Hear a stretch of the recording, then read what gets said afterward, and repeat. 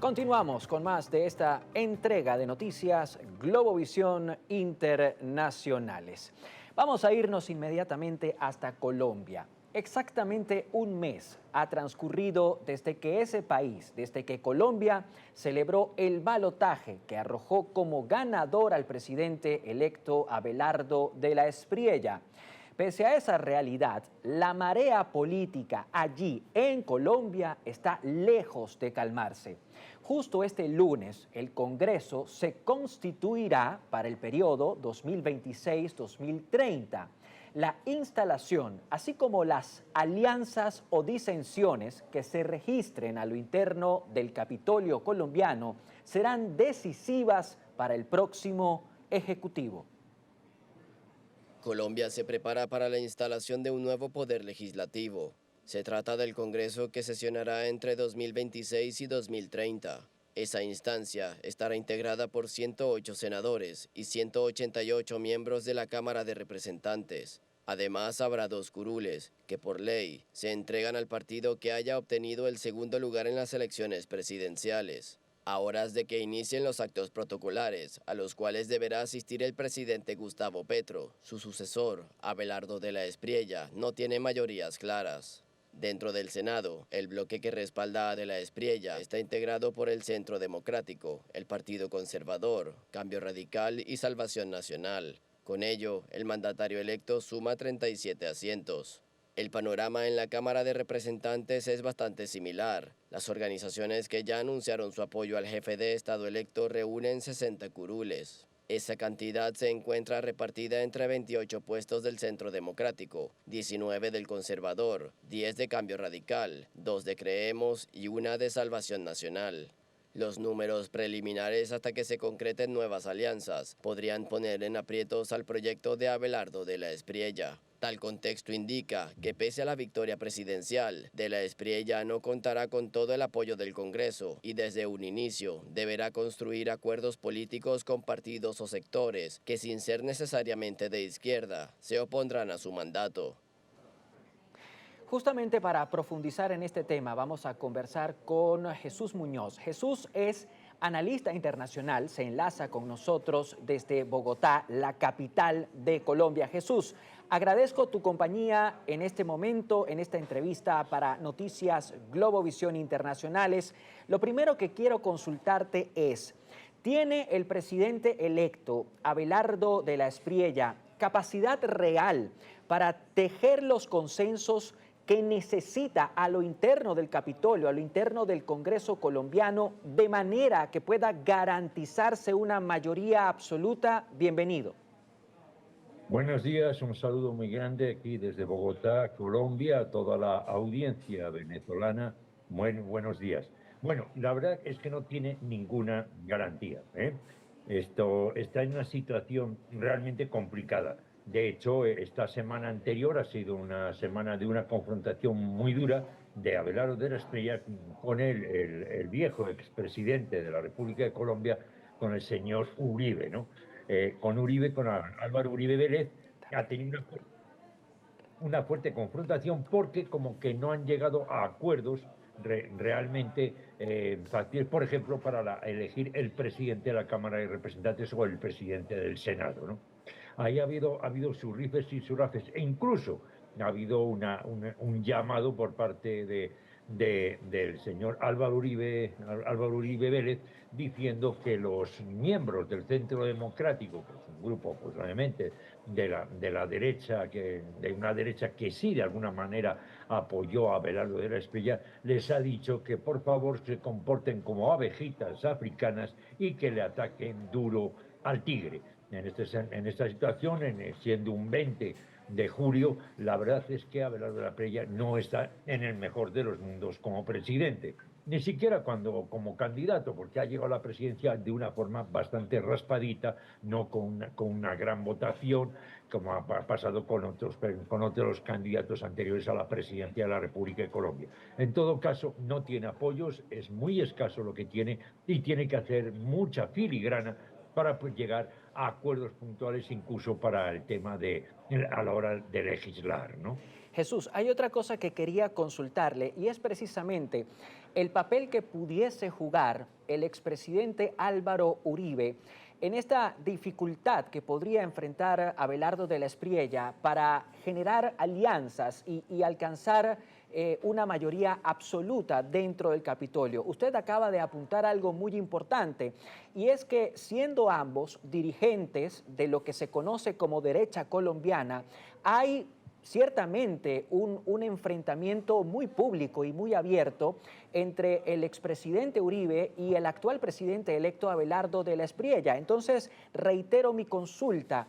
¿Qué papel juega el expresidente Uribe en esa dificultad que podría enfrentar el presidente electo Abelardo de la Espriella al momento de tejer alianzas dentro del legislativo? Hay algo que se va a tener que enfrentar que es muy fuerte. Digamos, el número de representantes el número de representantes que tiene exactamente en la Cámara de Representantes el Centro Democrático son 30, ¿no? Frente a los 43 del Pacto Histórico, ¿no?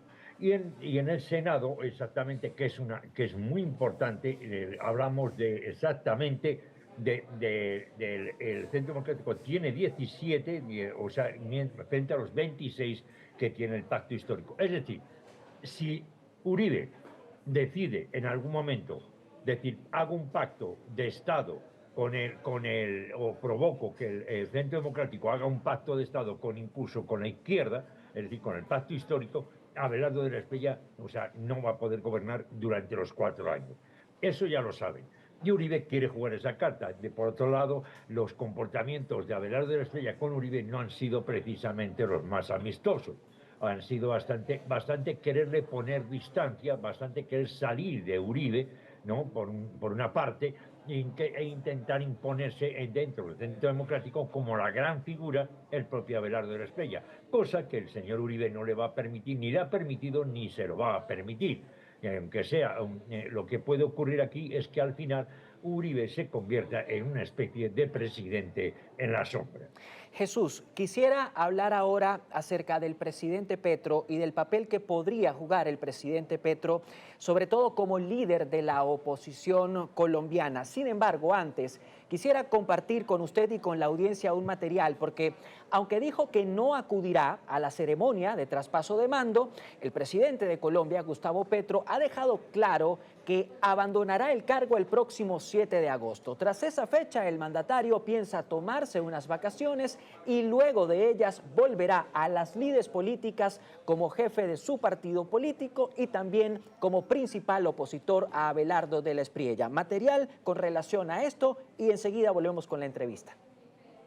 El presidente de Colombia, Gustavo Petro, aceptó asumir el liderazgo de su partido político, el Pacto Histórico, tras una propuesta realizada por el ex candidato presidencial Iván Cepeda. El rol sería ocupado por el mandatario saliente una vez abandone el Ejecutivo y tome unas vacaciones previstas para el término de su gestión. Respecto a la operatividad del partido dentro del Congreso de Colombia, Petro adelantó que espera una bancada unida. Para obtener tal resultado, el jefe de Estado saliente pidió un reglamento más estricto. Según sus palabras, esa metodología permitirá que toda votación sea una verdad pública. Las declaraciones del primer mandatario, compartidas en la red social X, preceden a la instalación del nuevo Congreso colombiano. Después de ese acto, se prevé la elección de las mesas directivas del Senado y la Cámara de Representantes. A propósito de tales designaciones, Petro advirtió que espera una decisión unánime de su bancada. También exigió que cada voto de su grupo parlamentario sea conocido de manera pública, incluso la votación individual.